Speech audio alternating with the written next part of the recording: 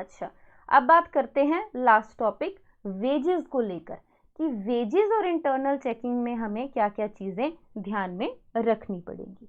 क्या क्या चीज़ें आप ध्यान में रख सकते हैं बेटा? कई बार क्या होता है कि वेज की पेमेंट झूठी पेमेंट दिखा देते हैं।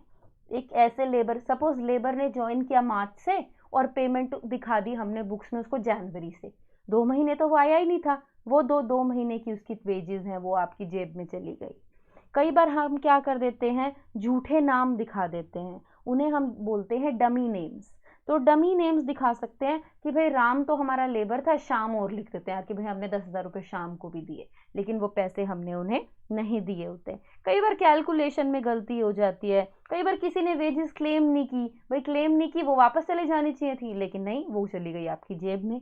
तो इस तरह के लोग वेजेस से रिलेटेड फ्रॉड भी कर देते हैं। तो उसमें आपको क्या क्या चीज़ें ध्यान में रखनी होती हैं।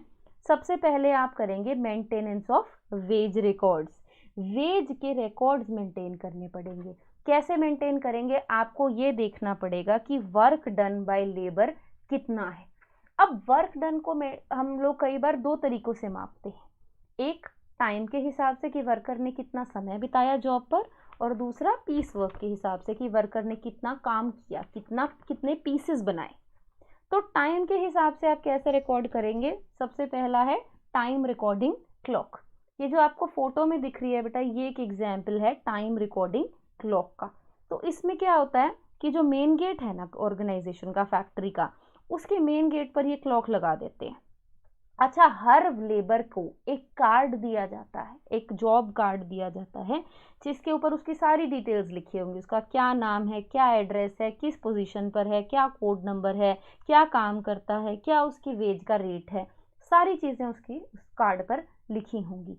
तो जो टाइम पर वो एंट्री करेगा वो अपना कार्ड इस क्लॉक में डाल देगा। जैसे अगर आप ऊपर देख पा रहे हैं तो ये कार्ड डला हुआ है क्लॉक में। जैसे ही कार्ड क्लॉक में डलेगा तो जो समय हो रहा होगा वो समय इस कार्ड पर छप जाएगा। तो इससे क्या है, आपका एंट्री का टाइम रिकॉर्ड हो गया, जाते हुए आप फिर डाल दीजिए तो आपका एग्जिट का टाइम भी रिकॉर्ड हो जाएगा। इसमें क्या ध्यान रखना पड़ेगा आपको? सपोज मैं आई हूँ आज, ठीक है, मेरी फ्रेंड नहीं आई, तो यार मैं 2 कार्ड ले आई, चल तू भी मुझे अपना दे दे। मैंने अपना भी डाल दिया, उसका भी डाल दिया, जाते हुए भी मैंने अपना भी डाल दिया, उसका भी डाल दिया। तो वो तो एब्सेंट थी लेकिन उसकी ड्यूटी मान ली गई आज। तो इसमें आपको कोई ना कोई गेट कीपर बैठाना पड़ेगा जो ये मेक श्योर करे कि एक एक ही आपका जो जॉब कार्ड है वो डल रहा है। दूसरा क्या ऑप्शन है, अगर आपके पास ये क्लॉक नहीं है तो आप क्या कर सकते हैं, हर लेबर को एक टोकन दे दिया जाता है जिसपे उनका कोड नंबर लिखा होता है। तो एक टाइम कीपर बिठा देते हैं, गेट कीपर या टाइम कीपर बिठा देते हैं एंट्रेंस पे। क्या टाइम कीपर क्या करेगा, सारे टोकन्स लेगा और 2 रजिस्टर होते हैं उसके पास। सपोज आपकी कंपनी का टाइम है 9 बजे का, तो जो लोग 9 बजे या 9 बजे से पहले आ गए उनकी एंट्री एक रजिस्टर में हो जाएगी, और जो लेट आए उनकी एंट्री लेट कमर्स वाले रजिस्टर में हो जाएगी। तीसरा क्या है, यूज ऑफ अटेंडेंस कार्ड। ये भी सेम है, इसमें भी एक कार्ड बनता है, लेकिन क्या करता है लेबर, ये कार्ड हर लेबर आता है और एक बॉक्स रखा होता है फैक्ट्री के बाहर ही गेट पर, और हर लेबर अपना कार्ड जो है वो उस बॉक्स में डालता रहता है। टाइम कीपर कार्ड निकालता जाता है और उनकी अटेंडेंस लगाता जाता है। जाते वक्त ये लोग अपना कार्ड वापस ले जाते हैं। Over time record. कई बार क्या होता है बेटा, जो लेबर है वो ज़रूरत से ज़्यादा काम करता है, यानी अगर उसको घंटे थे 8, उसने 8 घंटे से ज़्यादा काम किया, तो जो एक्स्ट्रा काम किया उसे हम क्या कहेंगे, ओवर टाइम। तो ओवर टाइम जितना भी किया लेबर ने वो भी उस कार्ड पर रिकॉर्ड होगा, जहां लिखा जाएगा कि ये लेबर है, ये इसका नाम है, ये डेजिग्नेशन है और इतना टाइम इसने एक्स्ट्रा किया। ये कार्ड लेबर भी साइन करेगा और जो उनका इंचार्ज है, चीफ है, वो भी साइन करेगा। लास्ट है पास आउट रिकॉर्ड।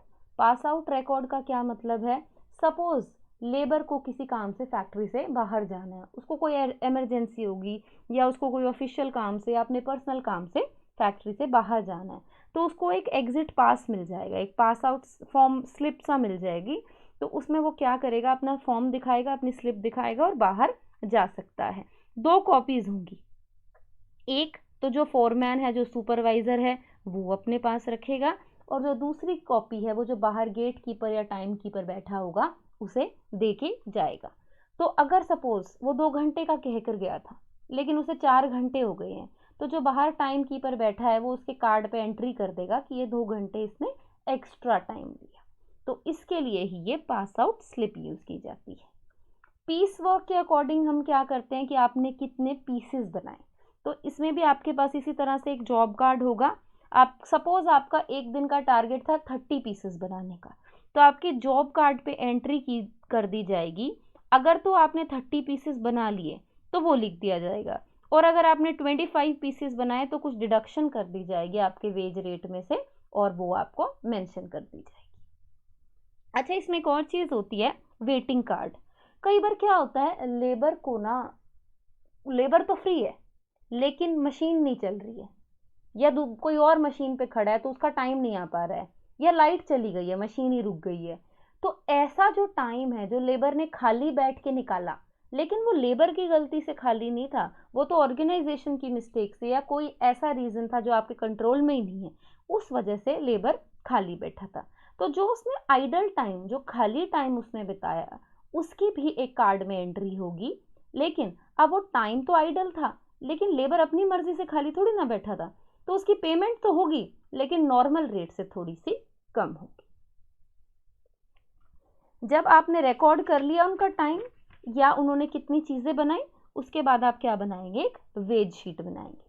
अलग अलग, जैसे जो टाइम रेट फॉलो करते हैं या जो पीस रेट फॉलो करते हैं, अलग अलग लेबर की अलग अलग शीट बनेगी। वेज शीट जो है वो पूरी डिटेल्ड होनी चाहिए, अलग अलग कॉलम्स होते हैं, उसमें पूरी चीज़ें लिखेंगे। वर्कर का नाम क्या है, किस डिपार्टमेंट से है, क्या काम करता है, कितना टाइम लगाया, क्या रेट है, और ओवरऑल वेजेस कितनी कैलकुलेट हुई।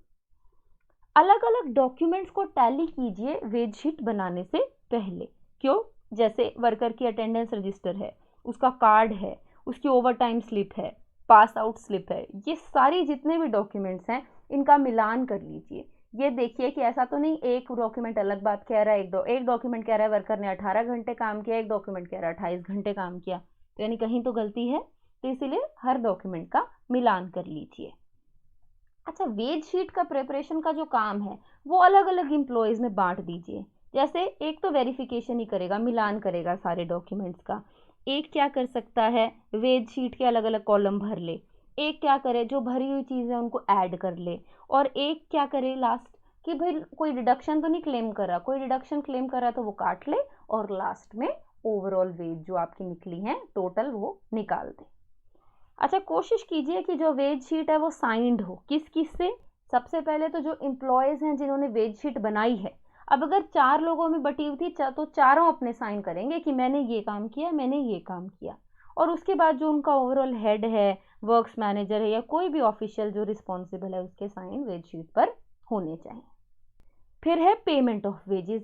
अब जब शीट्स भी बन गई तो फाइनल काम तो यही रह गया कि पेमेंट करें। तो पेमेंट जो है वो कैशियर ही करेगा। ये मेक श्योर कीजिए कि जो पेमेंट है वो कैशियर करे, और कैशियर अगर पेमेंट कर रहा है तो वो रिकॉर्ड नहीं करेगा, वो बुक्स ऑफ अकाउंट्स की अकाउंटिंग नहीं करेगा। अच्छा, जब लेबर की पेमेंट की जा रही है तब ये मेक श्योर कीजिए कि वो फॉरमैन की, जो उनका इंचार्ज है, उनकी प्रेजेंस में ही की जाए। क्यों? क्योंकि फॉरमैन तो हर किसी को जानता है, उसको तो बाय फेस सब लोग पता है। तो ऐसा तो नहीं कि कोई जिसने काम ही नहीं किया वो सैलरी ले जाए, या जिसने ज़्यादा काम किया वो आया नहीं है तो दूसरा बंदा उसकी जगह सैलरी ले जाए। तो ऐसा नहीं होना चाहिए। तीसरा क्या है, signature of the labour while obtaining payment. ये मेक श्योर कीजिए कि जैसे जैसे लेबर को पेमेंट मिलती जाती है उसके साइन करवा लीजिए कि जी हमें पेमेंट मिल गई है। कोई साइन नहीं कर सकता, पढ़ा लिखा नहीं है, तो उसका अंगूठा लगवा लीजिए। अगर लेबर प्रेजेंट नहीं है तो उसकी वेज पेमेंट या कोई स्पेशल अरेंजमेंट कीजिए। जैसे अगर लेबर ने किसी को अथॉरिटी दी है, अथॉरिटी लेटर दिया है कि जी मेरे बिहाफ पे मेरा फ्रेंड कलेक्ट करेगा, तो आप उसे पेमेंट कर सकते हैं।